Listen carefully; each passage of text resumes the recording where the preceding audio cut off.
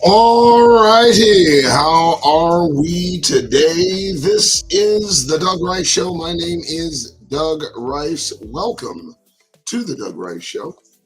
I do appreciate you showing up, showing your support, and see some of my Dougisms. I call them Dougisms, kind of like them. They're little Negro pros. Good evening. I hope you have had a phenomenal Shabbat Shalom. Here in Arizona, Shabbat is over. The sun has set about a minute ago, and I want to thank you for tuning in to the show. All right. Well, today is going to be very, very interesting. I want to talk to you about a publication I stumbled on as a result of my research in videos and news and information. And this publication is one that they have wanted to keep out of the eyes of the entire world. Now, I want you to feast your Negro eyes on this publication by Douglas Murray. And it's called The Strange Death of Europe. Now, the addition there, including immigration, identity, and Islam, is not a part of my discussion, but what I'm going to express to you is first a story. And the story involves something that I think Negroes should be aware of. And here it is. First, and this is going to be before we get to the information in the PDF available to you. But here's what's going on. 2018, and I've told this story before. 2018, during the Trump administration, a meeting was held in New Mexico. Nobody knows about this meeting. In fact, it was held by the top minds of the globe at the time, all met in New Mexico in 2018 to talk about the most pressing global issues of the time. You know, kind of like a Bilderberg, but for, scientists and, folks that have a great deal of knowledge regarding the global condition in a variety of areas. Now, in one specific area, the geopolitical population was looked at squarely, was looked at unflinchingly and without bias. And they talk about a population that is increasingly lessening in Europeans and increasingly growing in all countries south of the equator and that area. And so this being something they really, they harped on. If you can look back at some of my past lives, I'm sure you've seen what I'm talking about. And the only report of this meeting was in the Russian language, having to be translated in English by a Russian scientist who attended the meeting, but the verification of the meeting did take place is easily remedied. Now, that takes us to this document, which I find extremely interesting. This document, I would say this document could springboard off that particular area of the meeting in 2019 quite nicely. I think, in fact, it would be able to kind of segue in to the urgency they found in what was occurring in Europe and the death of Europe and the population of Europeans in general. And so with this, we are not going to cover the entire book. This has a litany of pages and notes and,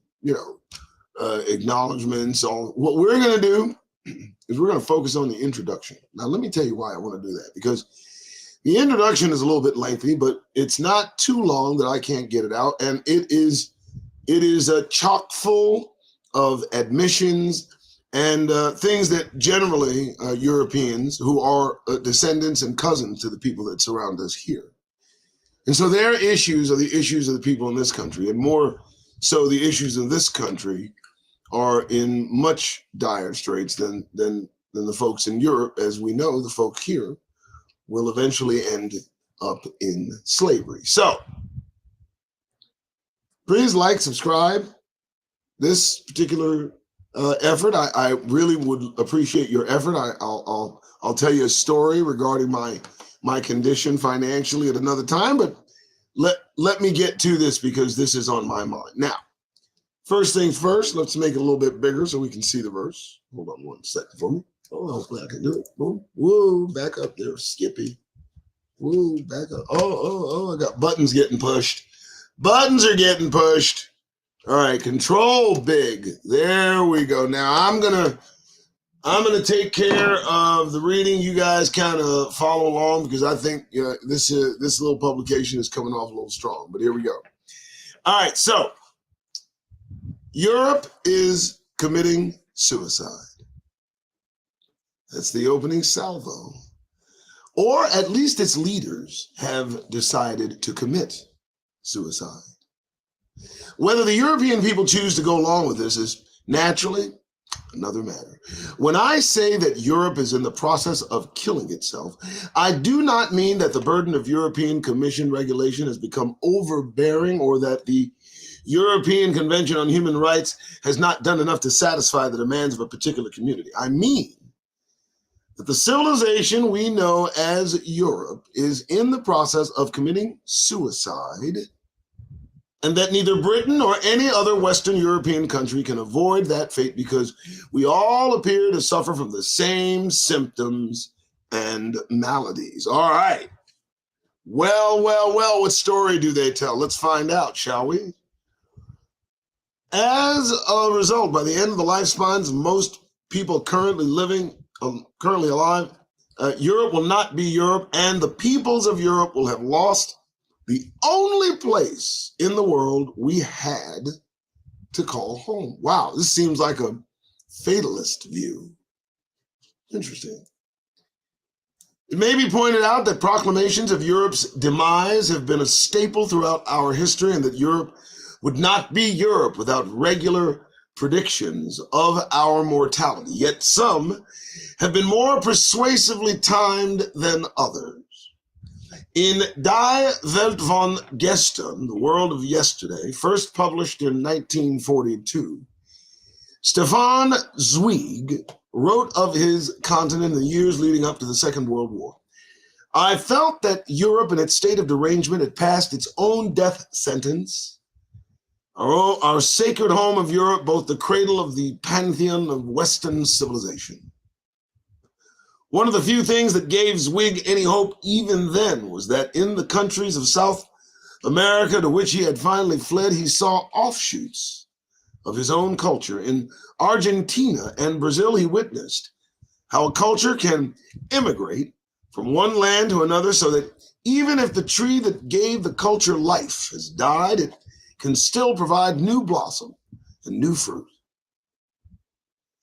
Even had Europe at the moment destroyed itself completely, Zweig felt the consolation that what generations had done before us was never entirely lost. Today, largely because of the catastrophe Zweig described, the tree of Europe is finally lost.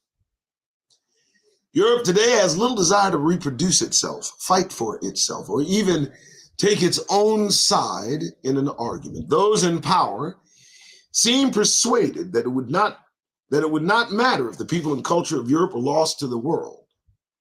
Some have clearly decided, as Bertolt Brecht wrote in 1953 poem, The Solution, to dissolve the people and elect another, because as a recent Swedish conservative prime minister, Fredrik Reinfeldt, put it, only barbarism comes from countries like his, whereas only good things come from outside. Well, oh my.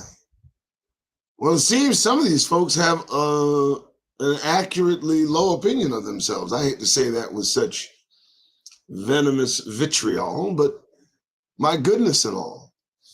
They seem to have a firm grasp on the reality of their situation. But let's see what else is in store for this European nation. All right, here we go.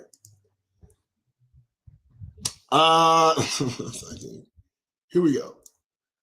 So, there is no single cause of the present sickness. There is no single cause.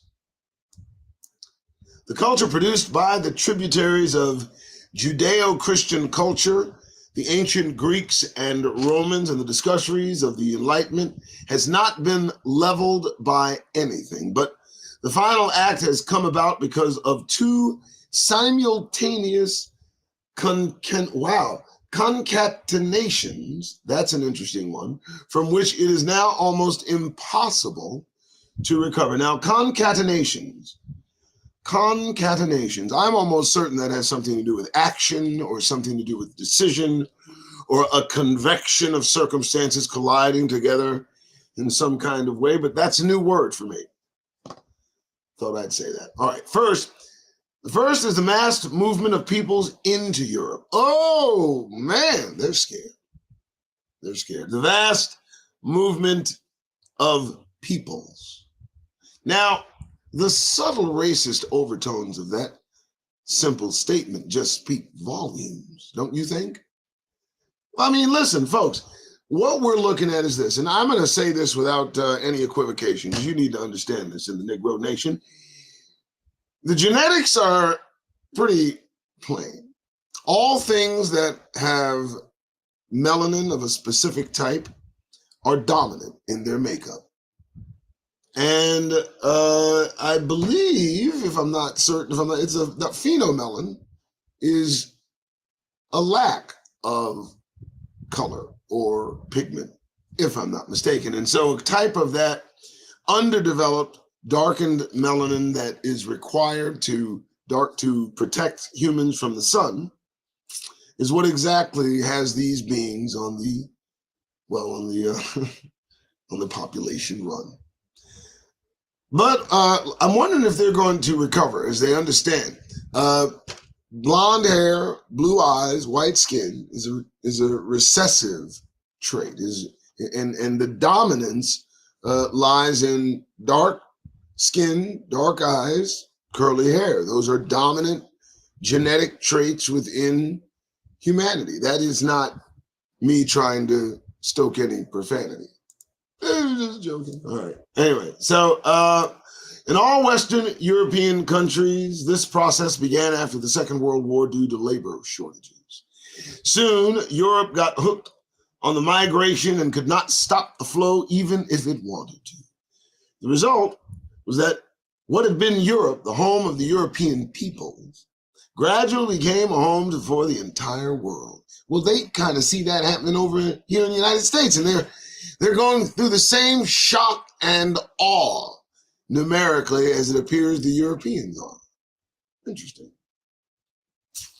The places that had been European gradually became somewhere else. So places dominated by Pakistani immigrants resembled Pakistan in everything but their location, with the recent arrivals of their children eating the food of their place. I think I got that right. Hold on, folks.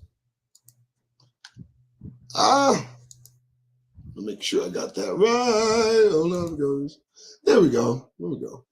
Of their place, of origins. That is some small writing, folks. Just bear with me. There we go. Speaking the language of their place of origin and worshiping the religion of their place of origin.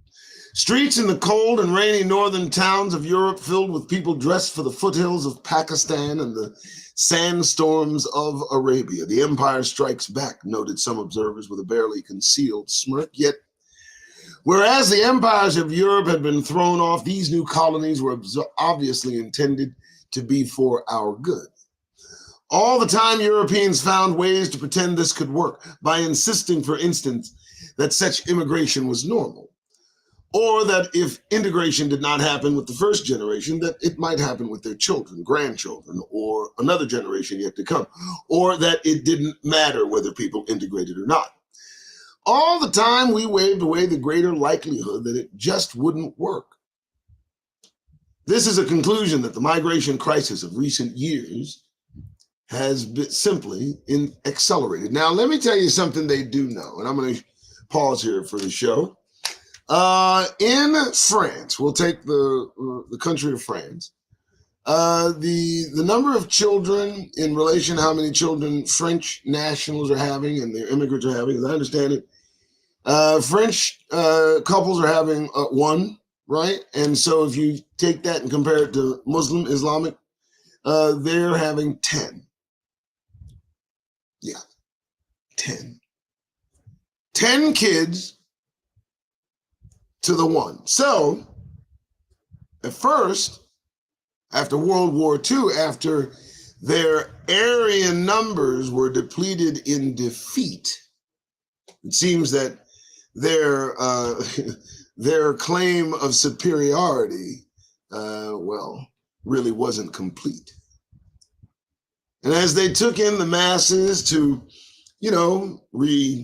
replenish their asses, they were overtaken, and now their mental is shaken. Hey, with this, we know they're not faking. Let's read on. By insisting, for instance, that such immigration was normal, or that if integration did not happen with the first generation, we read that. Which brings me to the second concept. Oh, I love that word. Concatenation. Good Lord. Somebody look that up. Tell me what that really means. Concatenation. Which brings me to the second concatenation. That should be a word that is a movie or something. For even the mass movement of millions of people in Europe would not sound such a final note for the continent were it not for the fact that, coincidentally or otherwise, at the same time Europe lost faith in its beliefs, traditions, and legitimacy. Now, pay strict attention to what Europe lost faith in, and that faith is still waning. When you start talking about the truth of the matter, ears start perking. When you start looking into the details of existence, minds get to working. And not just our minds, but their kinds. In other words, we're awakening and they're awakening too. I mean, it's just a matter of time before, it's all through. They know their origins. They know about the Caucasus Mountains. They know about Rh negative blood. They more likely know more about themselves than they let on. And this is probably the reason why their minds seem gone. I mean, really, everywhere there are Europeans there, there seems to be a craziness in the air. They're losing their collective minds. I've said it more than one time. The sun seems to be defragmenting these beings. At least that's the conclusion I come to from what I'm seeing. All right, fine, let's continue. I just wanted to get some mental sin. All right, countless factors have contributed to this development, but one is the way in which Western Europeans have lost what the Spanish philosopher Miguel de Unamuno famously called the tragic sense of life. They have forgotten what Zweig and his generation so painfully learned, that everything you love, even the greatest and most cultured civilizations in history, can be swept away by people who are unworthy of them. Whoa! As that was written, I wonder if he understands where they come from, where they land. Europe was a black continent, was a continent of people of color. And I'm almost certain that this writing will just totally dismiss any of that. Why bother, right? But it's interesting that they have phrased it this way, that, and I'll say it again just to hear what it says, that everything you love, even the greatest and most cultured civilizations in history, can be swept away by people who are unworthy of them. And that can be absolutely said regarding the rise of the Greeks, the rise of the Romans. They swept away, stole the legacy of, darker, more cultured cultures, because these Europeans are culture vultures. So it is sad. And in this sense, I think why he's mad is that what he sees as swept away is something that he didn't have anything to do with anyway. All right, let's continue. I apologize for that.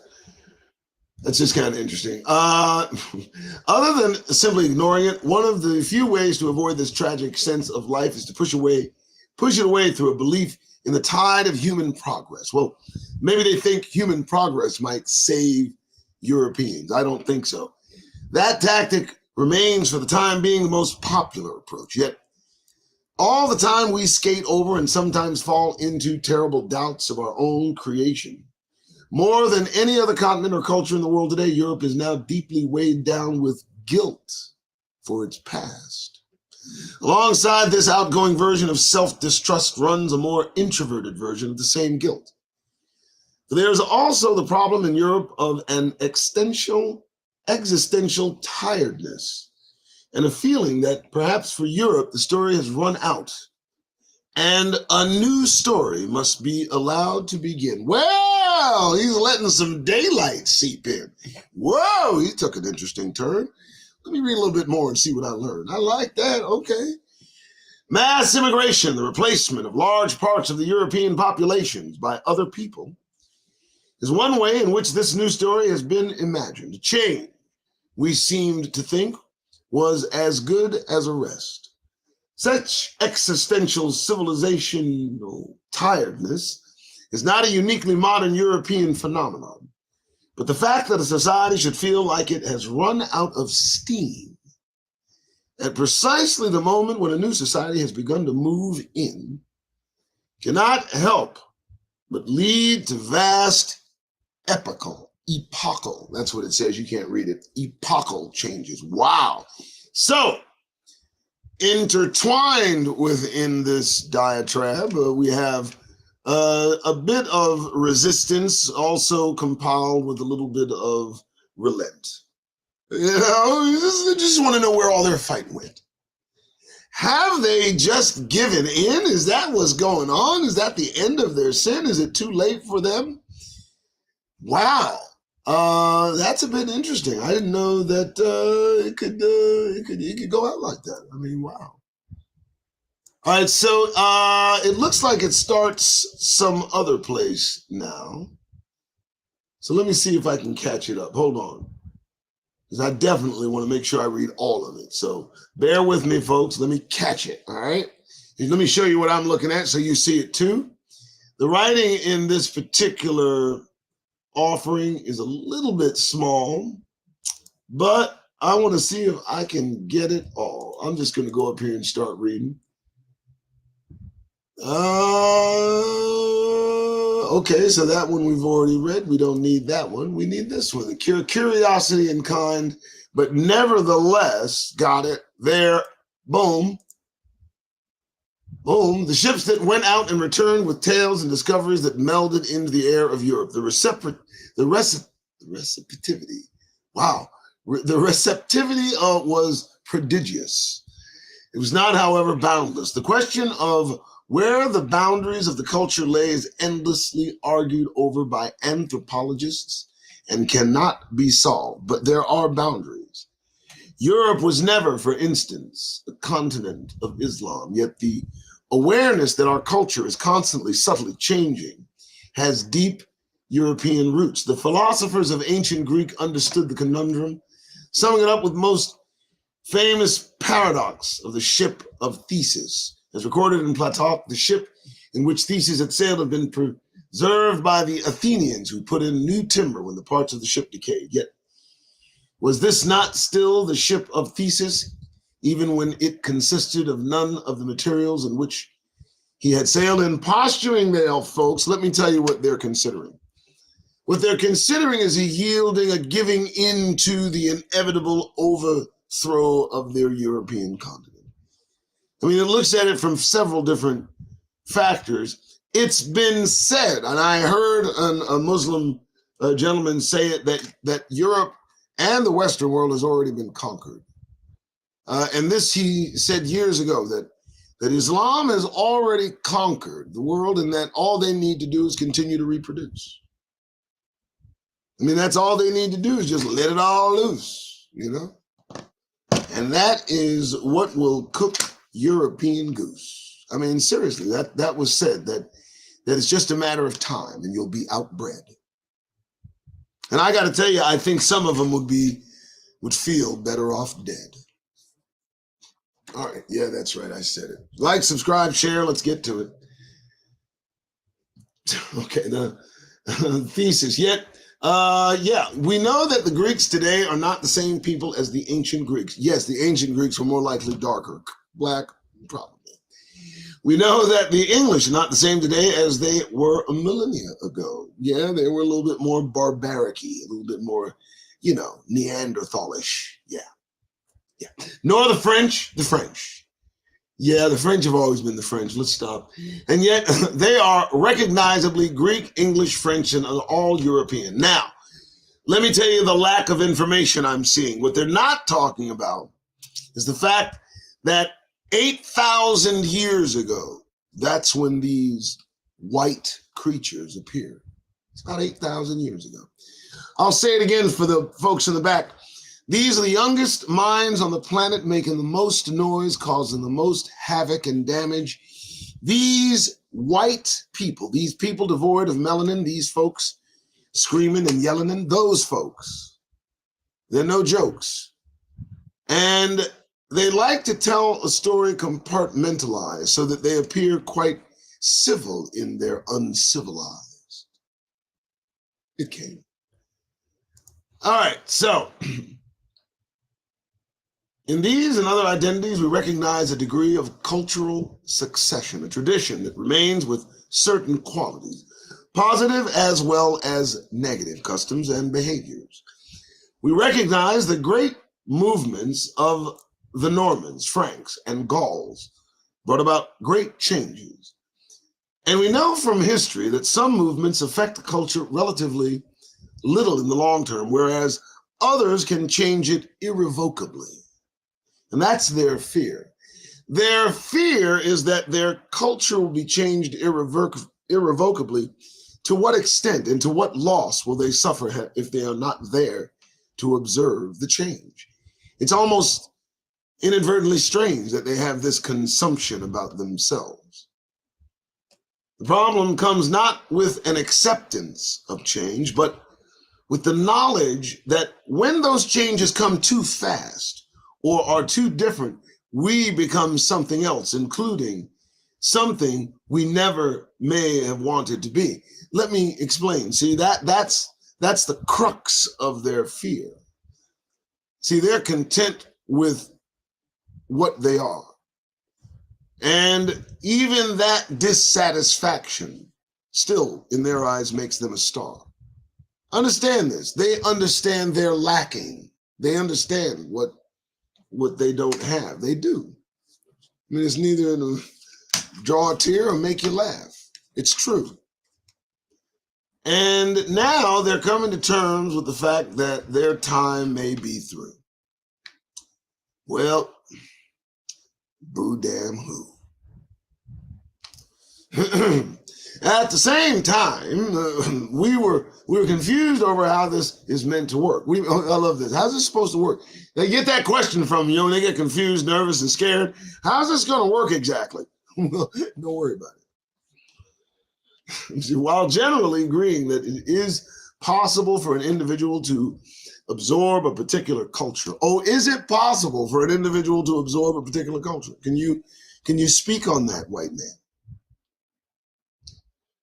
Given the right degree of enthusiasm, both from the individual and the culture. Ooh, you got some enthusiasm, white folk. Let me tell you, they ready to suck up culture.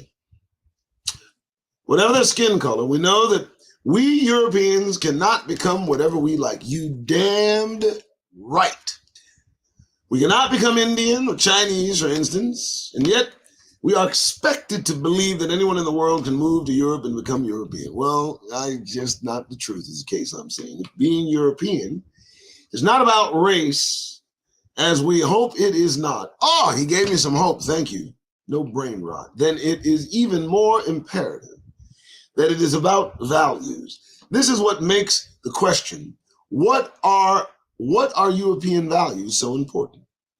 Yet this is another debate about which we are wholly confused. My goodness, that debate about what are European values exactly, that gets you confused, does it? I can imagine. I can tell you what they're not. They're not my values.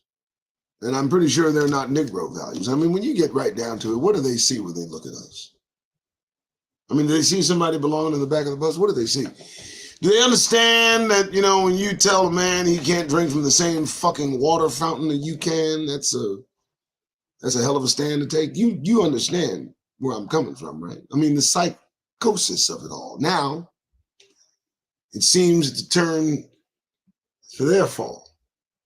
And they're discussing it. They're discussing it openly. This book, I don't want to call it a confession they're addressing. I don't want to say that. But the situation with their minds, it's messing. Right now, they don't know.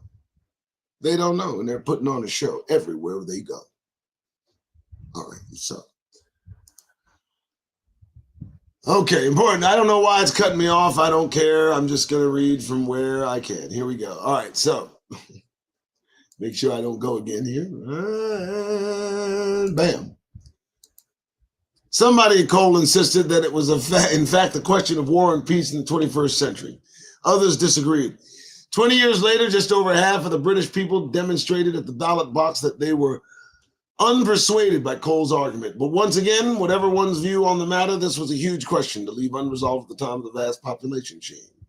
So something occurred. Yet, while unsure of ourselves at home, we made final efforts to extending our values abroad. Yet, whenever our governments and armies get involved in anything in the name of these human rights in Iraq in 2003, Libya in 2011, we seemed to make things worse and ended up in the wrong. Wow, an admission. When the Syrian civil war began, people cried for Western nations to intervene in the name of the human rights that were undoubtedly being violated. But there were no appetite to protect such human rights because whether or not we believed in them at home, we had certainly lost faith in our ability to advance them abroad. At some stage, it began to seem possible that what had been called the last utopia, the first universal system that divorced the rights of man from the say of gods or tyrants, might comprise a final failed European aspiration. If that is indeed the case, then it leaves Europeans in the 21st century without any unifying idea capable of ordering the present or approaching the future. That's interesting. So Europeans are literally considering themselves a failed aspiration. And if that is the case, and this is very, very interesting point to be made in our face. If that's the case, if the last utopia is a fraud, then it leaves Europeans in the 21st century without any unifying idea capable of ordering the present or approaching the future. Do you understand they've thrown in the towel? This publication, to me, The Strange Death of Europe, I need you to get it, see? This is them admitting that it was all a lie. That the whole idea of white worship should have just swung on by. You know what I mean?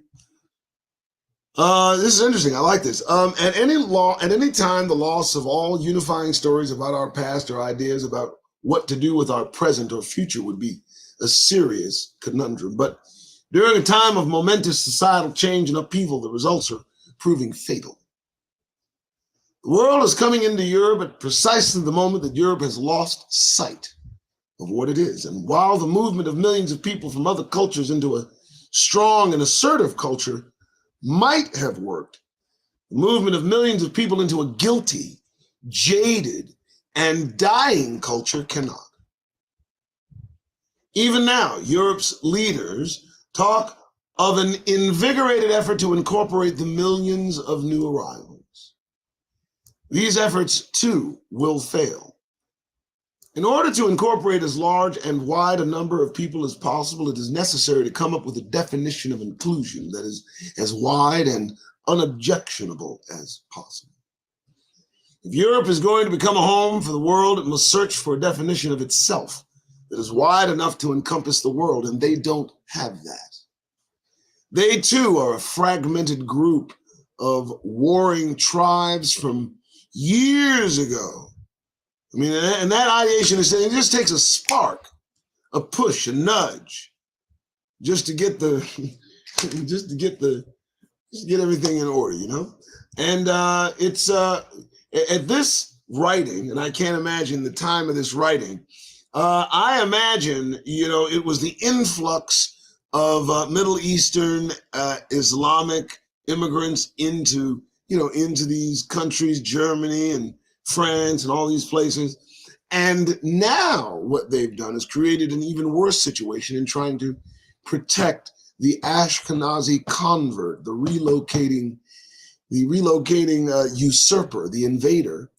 That now will further displace even more needed immigrants further into Europe, exacerbating the abysmal end they all see. Well, that's pretty interesting, but don't listen to me. Let's just, let's talk about it. So, whereas European identity in the past could be attributed to so whereas European identity in the past could be attributed to highly specific, not to mention philosophically and historically deep foundations.